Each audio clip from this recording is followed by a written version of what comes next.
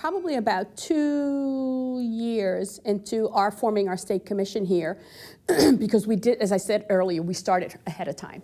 So probably about 2.5 years in is when President Clinton came into being, not into being, but came into his position as president. And we also then passed the legislation that formed the Corporation for National Service as the new federal agency that would merge both what had been called Action in the past, which oversaw VISTA and all our senior corps programs, inside this new organization, which we had hoped for. Let me say that in quotes. We had hoped would be less bureaucratic than what federal government would be.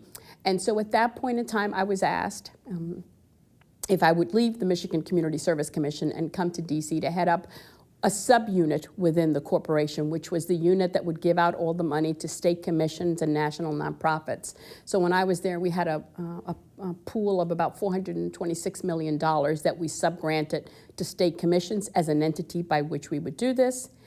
And during that first year, we were also helping states establish their commissions. We had one here, but many of them didn't exactly know what to do. And we also were dealing with national nonprofits, sort of like a city year was considered a national nonprofit, or Teach for America, or Youth Build with Dorothy Stoneman. Those were all national nonprofits who also wanted to have entree into the AmeriCorps funding, which was coming through this new piece of legislation. So I spent 4.5 years there. They were exciting years for me. I was very fortunate that my husband stayed here with my children in Michigan, so they had a strong, firm foundation here.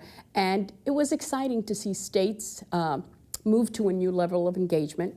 I think it was important for us to realize that even from the very beginning, and it's been over 20 years now when you think about it, that even from the very beginning, I got there in March, and already in May, the Congress was thinking about throwing the agency out with the bathwater. And so it's been an ongoing process every 4 years or every 8 years as things have changed.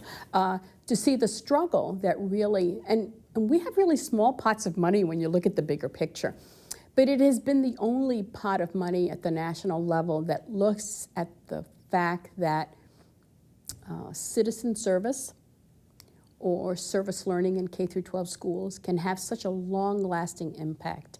When you have an AmeriCorps member that generates 10 additional volunteers by their work in a community, and you multiply that by the number of AmeriCorps members that we can have in the country, can you imagine that power?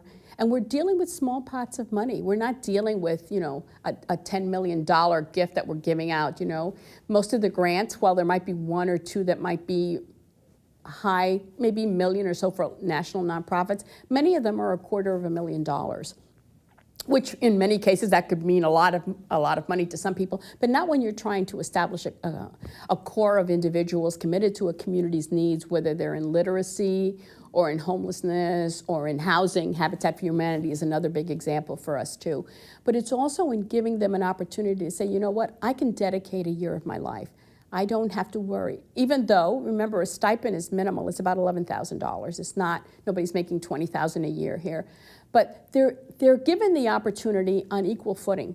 So it's not just the very wealthy that can say, I can take a year off from school if I want to, or I don't need to go to work right now because I can be supported by my parents. But you can take an individual that maybe doesn't have those luxuries at home and say, I can also give back to my community.